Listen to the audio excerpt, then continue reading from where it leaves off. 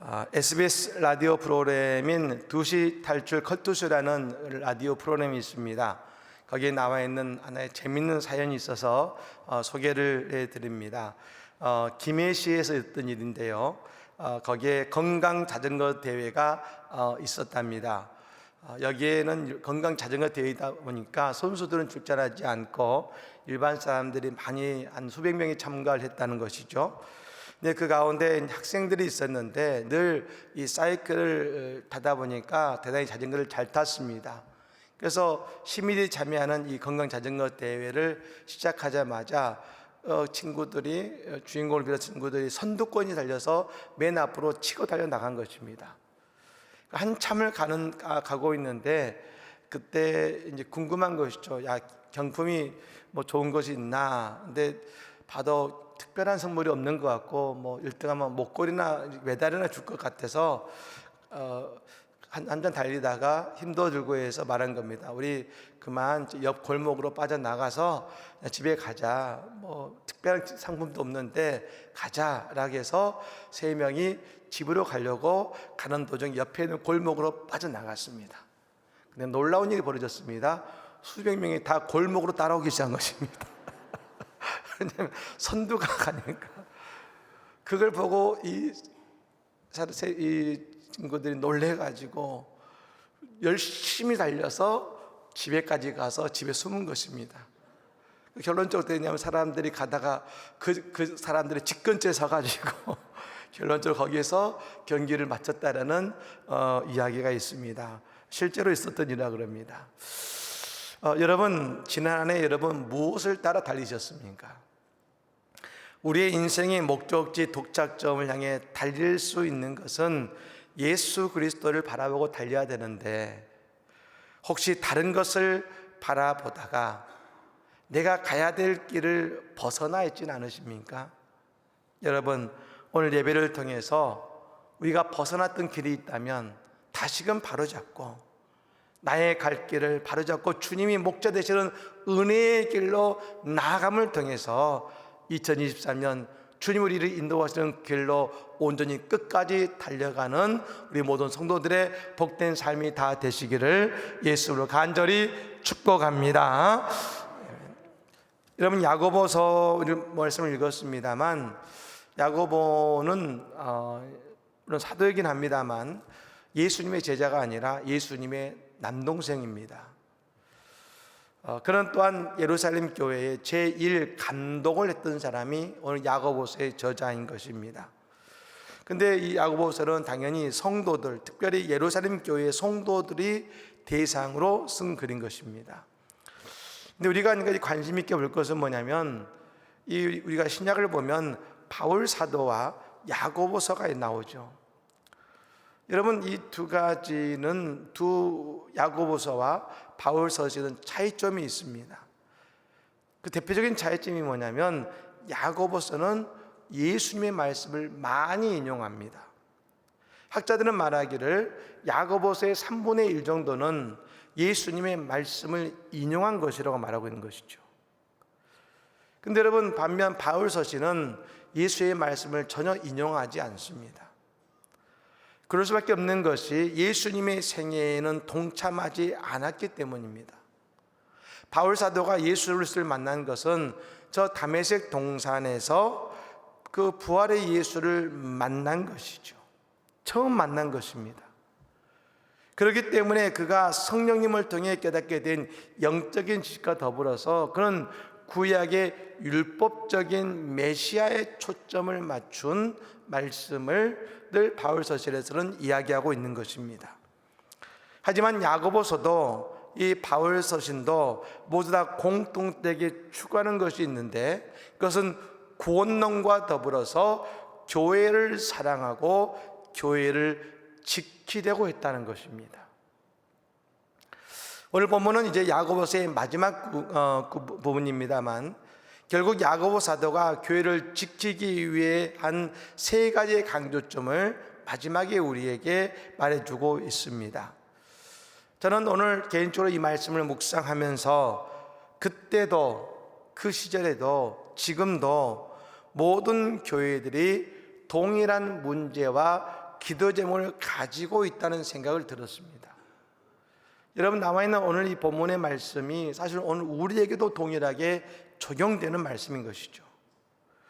그렇다면 여러분, 야고보 사도는 교회의 회복과 튼튼하게 하기 위해서 무엇을 강조하고 있는지 우리가 한번 묵상해 볼 필요가 있는 것입니다. 먼저 여러분 12절의 말씀을 읽어보겠습니다. 12절의 말씀 읽습니다. 내 형제들아, 무엇보다도 맹세하지 말지니 하늘로나 땅으로나 아무 다른 것으로도 맹세하지 말고 오직 너희가 그렇다고 생각하는 것은 그렇다 하고 아니라고 생각하는 것은 아니라 하여 정죄받음을 면하라. 아멘.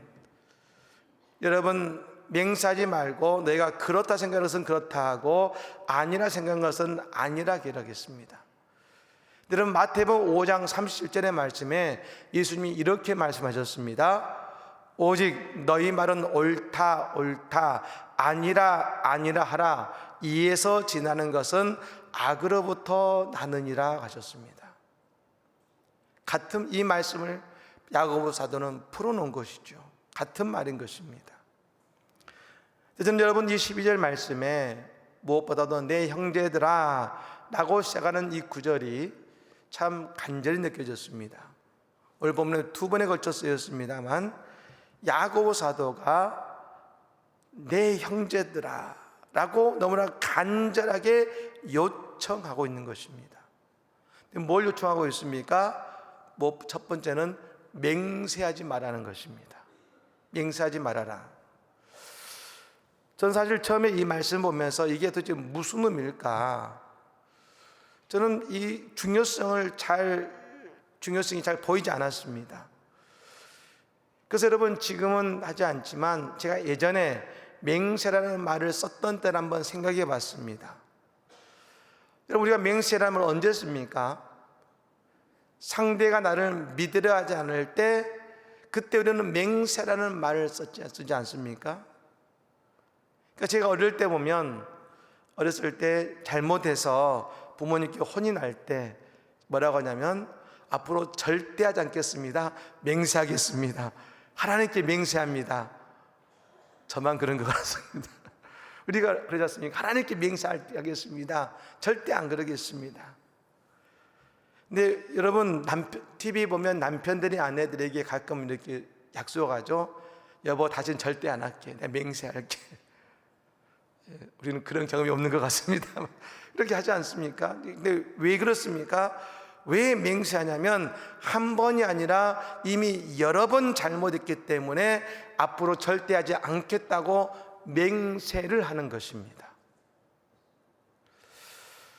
왜 초대교인들은 여러분 맹세했을까요? 왜 맹세하지 말라고 오늘 야고보 사도가 이야기할 만큼 그들은 왜 맹세했을까요? 그들도 같은 죄를 반복해 지은 것입니다. 저는 여러분, 이 구절에서 세상 사람들이 교회를 보면서 말만 잘하는 사람들이라고 생각하는 것이 아닌가 하는 생각을 갖게 됩니다. 늘 맹세합니다. 여러분, 믿는 사람들은 말만 잘해, 이런 말을 하는 경우도 있지 않습니까? 우리가 여러분 하나님께 맹세할지 모릅니다. 하나님 이제 다시는 안 그러겠습니다. 맹세합니다. 여러분, 이 맹세는 중요한 맹점이 있습니다. 거기는요, 내 교만이 숨어 있는 것입니다. 내가 다시는 그 죄를 짓지 않겠습니다 하는 것, 그게 교만입니다. 왜요? 우리는 내 죄 앞에서 자신만만해서는 안 됩니다. 내가 안 하겠습니다. 여러분, 그건 내 의지로 되는 게 아닙니다. 야고보서에는요, 혀에 대해서, 말에 대해서 무척 중요하게 다루고 있습니다. 왜 그렇습니까? 복음은 복된 소식을 전하는 것입니다. 근데 우리는 그 입술로, 그 언어로 우리가 서로가 서로에게 상처를 주는데 익숙하기 때문입니다. 거짓을 말하기 때문입니다. 우리가 서로를 정죄하기 때문입니다. 근데 예수님 뭐라고 하십니까? 그냥 옳다 옳다, 아니다 아니다라고 말해줬습니다. 우리의 입술은 여러분 복음을 전하는 데 사용해야 되는 것입니다. 즉 그리스도인은 말만 잘하는 사람이 아니라 그 말을 통해 소망을 전하고 서로를 축복하는 존재가 되어야 된다는 것입니다. 제가 오늘 책을 보니까요, 순교자를 이렇게 정해 놓았습니다. 단 한마디의 거짓말을 하지 않으려고 죽은 사람이라는 것입니다. 그 한마디가 무엇입니까? 박해하는 사람들이 말합니다. 나는 예수를 믿지 않는다, 이 한마디만 하는 것입니다. 그러면 살려줄게, 너 죽지 않아, 나 예수 믿지 않는다 한마디만 하면 돼. 그 한마디면 죽음의 육에서 벗어날 수 있는데, 그 한마디를 하지 않는 사람, 그 한마디를 거짓말을 하지 않는 사람이 순교자가 되는 것입니다. 그것이 여러분 성도의 한마디의 가치라고 할 수 있는 것이죠. 베드로 사도가 최후의 만찬에서의 일이죠. 예수님께서 네가 나를 닭 3번 울기 전에 나를 3번 부인하리라 말씀하셨습니다. 베드로가 말하죠. 예수님 무슨 말씀이십니까? 다른 사람은 다 예수님 부정해도, 다 도망쳐도 나는 절대로 예수님 부인하지 않을 겁니다. 난 맹세코 부인하지 않을 겁니다 라고 대답했습니다. 그런데 얼마 지나지 않아서 곧바로 예수님을 3번이나 부인했습니다. 근데 여러분, 베드로가 나중에 이것을 성령의 충만함으로 그것을 이겨냅니다. 극복합니다. 그 증거가 그의 언어의 습관이 달라지는 것으로 알 수 있는 것입니다. 사도행전 3장에 보면 베드로와 요한이 제9시에 기도하기 위해 성전으로 올라가다가 성전 미문에서 나면서부터 걷지 못한 사람을 향해 말합니다. 사도행전 3장 6절의 말씀에 베드로가 이르되 은과 금은 내게 없거니와 내게 있는 이것을 내게 주노니 나사렛 예수 그리스도의 이름으로 일어나 걸으라 하고, 나사렛 예수 이름으로 일어나 걸으라. 베드로는 말할 때 예수 그리스도를 말하기 시작합니다. 그리고 그의 말에 능력이 되는 것입니다. 내게 있는 이것이 있습니다. 그것이 예수 그리스도의 이름인 것입니다. 교회는 그냥 말하는 것이 아닙니다. 내가 하는 그 말을 예수 그리스도의 이름으로 말하는 것입니다. 그러니 함부로 말하는 게 아니죠. 그리고 그때에 우리에게 정잠이 없이 주님의 능력이 나타나는 교회가 된다는 것을 믿으시기를 바랍니다. 두 번째는 뭡니까? 13, 14절의 말씀을 같이 읽겠습니다. 시작. 너희 중에 고난당하는 자가 있느냐? 그는 기도할 것이요 즐거워하는 자가 있느냐? 그는 찬송할지니라. 너희 중에 병든 자가 있느냐? 그는 교회의 장로들을 청할 것이요 그들은 주의 이름으로 기름을 바르며 그를 위하여 기도할지니라. 아멘. 여러분, 교회는 고통받고 아파하는 이들 위하여 기도해 주는 곳임을 믿으시기를 바랍니다. 여러분, 아파하는 이들에게 말을 더하는 게 아닙니다. 서로 기도해 주는 것입니다. 오늘 본문에서 가장 많이 쓰이는 두 단어를 말한다면 이것입니다. 기도와 서로라는 말입니다. 고난을 당한 자는 기도하고 병든 자를 위하여 교회의 장로들은 기름을 바르고 기도해 주는 것입니다. 교회는 서로의 기도해 줘야 됩니다. 우리가 기도가 필요한 이유는 뭡니까? 우리가 고난당할 때, 내가 병중에 있을 때 우리가 기도하지 않으면 내가 세상에서 제일 불쌍한 사람처럼 느껴집니다. 하지만 우리가 서로를 위해 기도해 줄 때 우리는 그 고난과 아픔에서 이겨낼 수 있는 것입니다. 그 기도를 통해 우리는 예수님의 이름으로 일어설 수 있는 것입니다. 무엇보다 우리가 기도할 때 우리의 이 고난이 단순한 고난이 아니라 나를 주님의 구원의 역사 속에 있게 하시는 중요한 사건이 된다는 것을 우리는 깨닫게 되는 것입니다. 여러분, 요셉이 그가 노예가 되고 감옥에 갇혔지만 그냥 그것을 내 인생 이제 아니야, 그냥 그것을 내가 세상에 제일 불쌍한 사람이야 하고 끝나는 것이 아니라 그것이 요셉을 통해 그의 가정을 구원하는 하나님의 구원사였던 것처럼 오늘 내가 겪는 이 어려움, 이 아픔, 여러분, 이것이 하나님이 나를 통하여 이루고자 하시는 하나님의 구원의 역사임을 내가 깨닫게 될 수 있는 것, 그것이 우리가 서로를 기도할 때 가능한 것임을 믿으시기를 바랍니다. 여러분, 베드로는요, 성전 미문에서 나면서도 걷지 못하는 사람에게 예수 이름으로 걸으라 말했습니다. 여러분, 그 본문을 생각해 보면서 제가 이스라엘 있을 때 생각해 보니까요, 여러분, 통곡의 벽이 그게 성전에 있는 벽 아니었겠습니까? 근데 여러분, 거기를 가려면 거기에 가는 도중에 이 조그만 동전통을 두고 서 있는 사람들이 여러 명 있습니다. 그 사람 동전통을 두고 서 있어요. 그러면 이렇게 구걸하는 것이죠. 지금도 있습니다. 근데 보면 누구도 그 사람들과 얘기하지 않습니다. 마음이 좀 좋은 사람은 그냥 동전 넣어주고 가는 것이고, 누구 한 명도 그 사람들에게 인사하거나 말을 붙이지 않습니다. 이 사람도 그랬을 겁니다.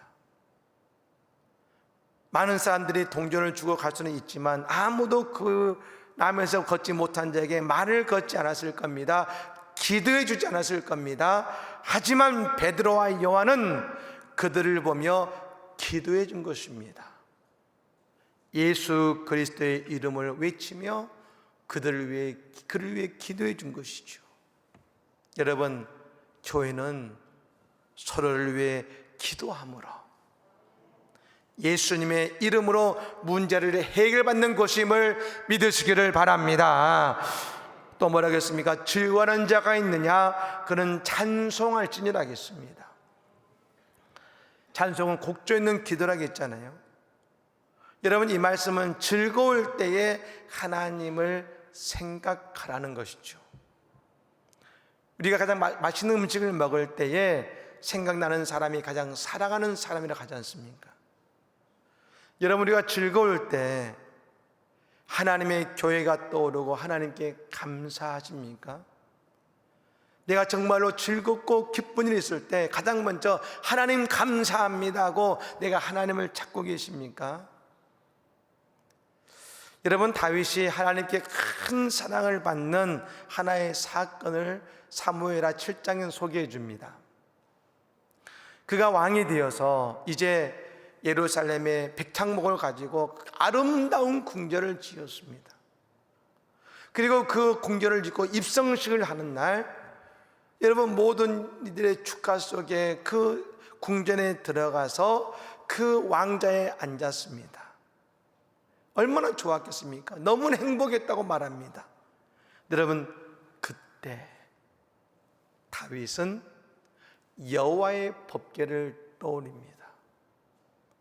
아, 나는 이렇게 아름다운 백향목 궁에 나는 있는데 하나님의 법궤는 저 천막 속에 있구나. 그날 나단 선지자를 불러서 말합니다. 내가 하나님을 위해 성전을 짓고 싶습니다. 하나님께 나단 선지자가 기도했더니 말입니다. 그 밤에 하나님이 나단 선지자에게 말씀하셔서 다윗에게 말씀을 전하시는데 하나님이 다윗에게 놀라운 축복을 주십니다. 여러분, 우리가 다윗 생각할 때, 다윗에게 기름 부을 때, 왕으로 세울 때 다윗에게 놀라운 축복을 줬다 생각하지만 아니었습니다. 다윗의 진짜 축복을 언제 받느냐면 왕이 되고 백향목공에 들어갔을 때, 그때 하나님을 기억했을 때 사무엘하 7장에 다윗을 향한 진정한 하나님의 축복이 임하게 되는 것입니다. 진짜 축복이 임해요. 왕이어서가 아니라 하나님의 온전한 축복을 다윗에게 쏟아 부어주십니다. 하나님 말씀하셨죠. 네가 어떻게 그 백향목공에서 나를 기억했느냐는 것이죠. 그러면 축복하는 것입니다. 오늘 우리도 여러분 기뻐할 때에 하나님을 기억하고 하나님을 찬송하는 우리 모두가 되시기를 간절히 축복합니다. 여러분, 교회는 어떤 곳입니까? 그래서 늘 찬양으로 가득 차는 곳입니다. 찬양이, 여러분, 찬양이 이 성전을 가득 채워야 되는 것이죠. 그뿐 아닙니다. 찬양은, 여러분, 우리의 찬양이 교회의 담을 넘어가서 지나가는 사람들 우리의 찬양을 들어야 될 줄로 믿습니다. 그게 우리의 찬양이 되어야 되는 거예요. 그 찬송이 곧 우리의 인생을 놀랍게 축복하시는 하나님의 축복의 통로가 되는 것이지요. 네. 그럼 마지막으로 야고보 사도가 강조하죠. 오늘 보면 19절 20절 말씀입니다. 우리 같이 한번 읽어볼까요? 읽습니다. 네 형제들아, 너희 중에 미혹되어 진리를 떠난 자를 누가 돌아서게 하면 너희가 알 것은 죄인을 미혹된 길에서 돌아서게 하는 자가 그의 영혼을 사망에서 구원할 것이며 허다한 죄를 덮을 것임이라. 아멘. 여러분, 교회는 어떤 곳입니까? 미혹되어 진리를 떠난 자들을 돌아오게 하는 곳이라겠습니다. 여러분, 미혹되었다는 것은 마귀가 우리를 넘어뜨리려고 하는 것입니다. 여러분, 그 넘어짐은 내 기도의 자리, 내 신앙의 자리에서 나를 떠나게 만드는 것이죠. 여러분, 왜 우리를 미혹하게 만듭니까? 마귀가 우리를 넘어뜨리기 위함인 것입니다. 미혹이란 말이 헬라어로 말하면 플라네데이라는 말입니다만, 이 플라네데이라는 말의 우리나라 뜻에 의하면 방황하는, 길을 잃고 헤매는 이란 뜻입니다. 즉, 내가 섬기는 기도의 자리를 떠나게 만듭니다. 예배 자리를 떠나게 만듭니다. 교회를 떠나 돌아다니게 만듭니다. 근데 여러분, 예루살렘 교회에서도 미혹되어 진리를 떠난 사람들이 많이 있었던 것입니다. 그들이 너무나 안타까웠던 것이죠. 야고보 사도의 마지막 권면은 그들을 다시 구원의 자리로 인도하라는 것입니다. 그 영혼이 지금 사망 중에 있다는 것입니다. 그 영혼을 구원하라는 것입니다. 근데 여러분, 저는 오늘 이 본문을 묵상하면서 이 구절이 이렇게 들렸습니다. 예수님이 너를 사랑하신 것 같이 너도 서로 사랑해라. 이렇게 들렸습니다. 예수님이 이 땅에서 보여주신 십자가는 그릇된 길로 가는 우리를 구원하시는 예수님의 사랑이셨습니다. 근데 여러분, 혹시 우리에게 더 큰 문제는 내 옆에 있는 성도가 미혹되어 넘어졌는데 이것에 대해서 나는 모르쇠로 일관하면서 언젠가 돌아오겠지 하며 나와 상관없는 일이 되어버리고 있지는 않으십니까? 우리의 가족 가운데, 자녀들 가운데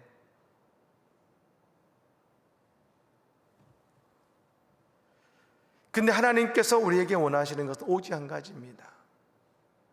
그들을 사랑하라는 것입니다. 교회는 예수님을 만나서 잃어버린 사랑을 회복하는 것입니다.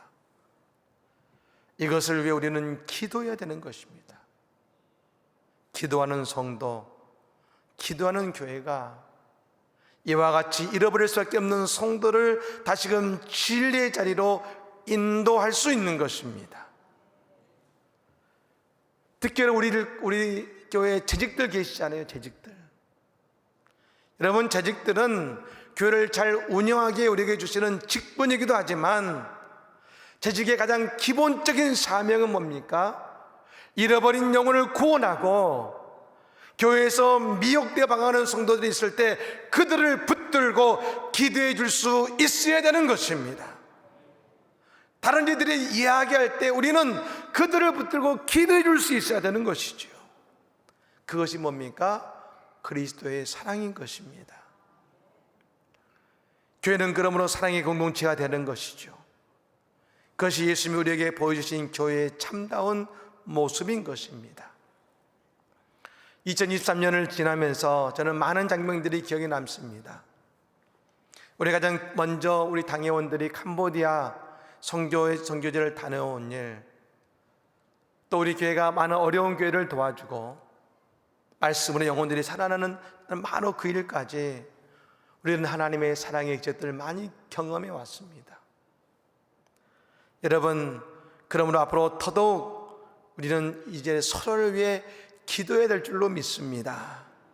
기도하는 교회, 서로를 위해 기도하는 교회, 예수 이름으로 말하는 교회, 그리고 고난당하고 고통받고 아파하는 이들을 기도해 주고 예수의 사랑으로 안아주는 교회, 미혹되어 넘어지고 쓰러져 방황하는 그 인생들을 붙들고 기도해 줄 수 있는 교회, 하나님의 사랑을 이루어가는 교회. 여러분, 그런 교회, 그런 성도가 있는 곳, 그것이 바로 예수님이 주인 되시는 교회 아니겠습니까? 2023년을 지나갑니다. 코로나 엔데믹을 지나고 우리는 새롭게 한 해를 시작하면서 많은 일들을 경험하고 다가왔습니다. 우리 가운데 성공한 일, 잘한 일, 그러나 그보다 실패하고 못하고 고난의 많은 일들이 또 우리에게 있을 것입니다. 그런데 이때 우리가 그것을 가지고 함께 기도하고 서로 기도하며 나아갈 때 우리의 교회는 예수님의 사랑이 충만하고 예수를 통해서 다시 한번 2024년도에 하나님의 위대한 사랑의 역사를 경험하고 함께 나아가는 주님의 축복의 통로가 되는 하나님의 복된 교회가 될 줄로 믿습니다. 그런 은혜의 주인공들이 다 되시는 성도들, 그런 우리 안성 제일장로교회가 되시기를 예수님으로 간절히 축복합니다. 아멘.